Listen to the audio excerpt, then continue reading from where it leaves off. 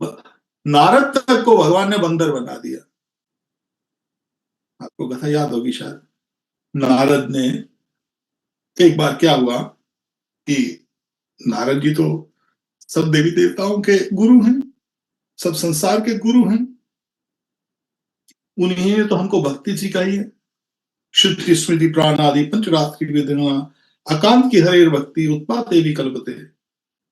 ये सारी पंचरात्र की भक्ति जो है, भगवान को भोग लगाना, आरती करना, शयन करना, उठाना, नहलाना, ये सब पंचरात्र की भक्ति है।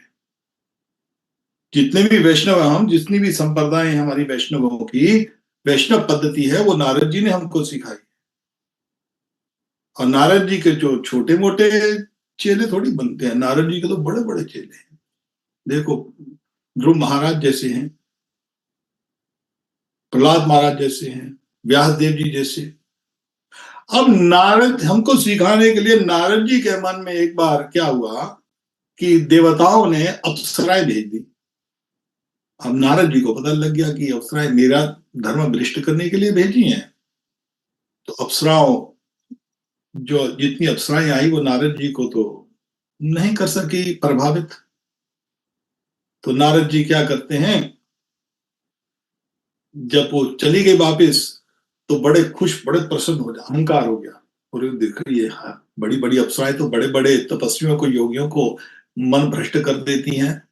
अरे देखो, तो वहां पर वो जो नारद जी को जब इसका घमंड हुआ, तो जाकर अपने पिताजी को, ब्रह्मा जी को बोलते हैं, अरे पिताजी देखो, ऐसे ऐसे भेजी थी अप्सराएं, तो मेरा तो मन में कुछ नहीं हुआ, मेरे को तो काम वासना को मैंने जीत लिया है आज। तो ब्रह्मा जी बोलते, बेटा ऐसा नहीं कहते हैं। अरे नहीं नहीं, क्यों नहीं पिताजी, सच्ची देखो ना, अरे काम वासना का नामो निशान नहीं है मेरे में। तो ब्रह्मा जी कहते, बेटा ऐसा नहीं कहते। अच्छा, आप जैसे मर्जी करो। फिर शंकर जी के पास गए, शंकर जी को ऐसे ही बोले। शंकर जी भी बोलते, ऐसा नहीं कहते। अब शंकर जी को पता लग गया, घमंड हो गया है नारद जी को। अब ठाकुर जी के पास आते हैं, नारायण नारायण नारायण करते हुए आते हैं। और जब आते हैं तो, कैसे हुए नारद, क्या हाल चाल है? अरे प्रभु बहुत अच्छा है, आपकी माया का बहुत, क्या चमत्कारी माया है, क्या आपकी कृपा है प्रभु। क्यों, मैंने क्या कृपा किया? अरे प्रभु, आपकी कृपा से तो मैंने काम को भी जीत लिया है। प्रभु कहते, भी नारद ऐसा नहीं कहते। नहीं नहीं प्रभु, क्यों नहीं कहते, देखो ना, काम वासना ही नहीं मेरे ऊपर आ सकी, सब देवताओं ने ये प्रयत्न किया। अब ठाकुर जी को पता लग गया कि मेरे भक्त को घमंड हो गया। अच्छा ठीक है, तो ठाकुर ने एक रचना की। रचना क्या की? ठाकुर जी ने खुद ही एक स्वयंवर रचा।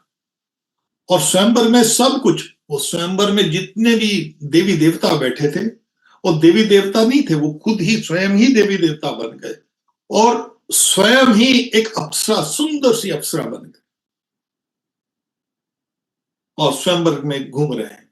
तो वहां पर नारद जी आते, नारद जी ने जब अप्सरा को देखा तो मना, इतनी सुंदर, अरे मैं तो ऐसा ही, क्या इधर उधर घूम रहा, मेरे को भी विवाह कर लेना चाहिए। सबने तो विवाह किया हुआ है, ब्रह्मा जी के पास पत्नी है, शंकर जी के पास भी पत्नी है, और ठाकुर नारायण के पास भी पत्नी है। अरे नहीं, एक मूर्ख हूं, मैं भी क्यों नहीं एक पत्नी रख लेता?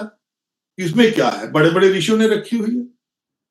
माया आ गई। अब प्रभु जी ने, ठाकुर जी ने उसको ऐसे घुमाया। अब वहां पर स्वयंवर, जो स्वयं ठाकुर जी, स्वयं नारायण भगवान कृष्ण माला वरमाला लेके घूम रहे हैं, आगे आगे आगे इधर उधर घूम रहे हैं। तो किसको पहनाऊं, किसको पहनाऊं, है तो सब ठाकुर ही है, सब जगह एक ही कृष्ण ही विद्यमान थे उस समय। तो नारद जी आगे आगे जाते कि मेरे गले में डाल दो, मेरे गले में डाल दो। जब नारद जी आगे जाते, सब हंस रहे थे, सब हंसते जाते, हंसते जाते थे, हंसते जा रहे हैं। तो अरे क्यों हंस रहे हो? तो तब वहां पर ठाकुर जी आते हैं, तो वहां पर नारायण खड़े हो गए, भगवान विष्णु। तो उस औरत ने तुरंत, थी तो स्वयं खुद ही, तो उस अप्सरा ने नारायण के गले में वरमाला डाल दी। तो नारद को बहुत गुस्सा आया,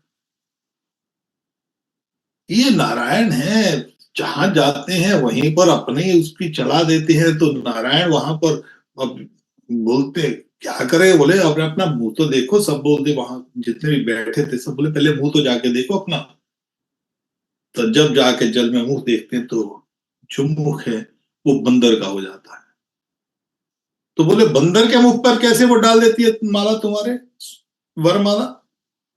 तो तब वो गुस्से में आके वहां पर वर देते हैं, मगर बाद में फिर वो पछताते, अरे ये क्या कर दिया, अरे नारायण आपने, आप ही सब कुछ हैं, आपने ये कर दिया वो कर दिया, खा को खरी खोटी सुनाई, और बाद में फिर वो रोते हैं। तो यहाँ पर भगवान ने अपने भक्त नारद को बंदर बना दिया, उसकी इच्छा पूरी नहीं की, क्योंकि वो इच्छा उसके उसके लिए अच्छी थी नहीं।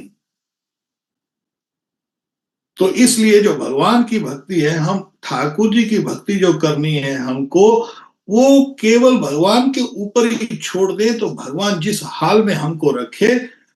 उसके बाद यहीं पर सुत गोस्वामी जी कहते हैं अप्रहतिता, ये आत्मा सुप्रसिद्ध थे, भगवान कहते हैं यहां पर कि समय पुरुषा परो धर्मो यदो भक्ति अदोक्ष। तो यहां पर भगवान हेतुकी के बाद अप्रतिता कहते हैं। हेतुकी तो हो गई, ठीक है, अब भगवान कहते हैं अप्रतिता। अप्रतिता क्या है कि ये टूटे ना, निरंतर चलती रहे, कंडीशन नहीं होनी चाहिए कि जब सुख है तो हम भक्ति करेंगे, थोड़ा सा दुख आ गया, अरे भगवान हम इच्छा पूरी नहीं कर रहे, चलो हम किसी और दूसरे देवी देवता के पास चलते हैं।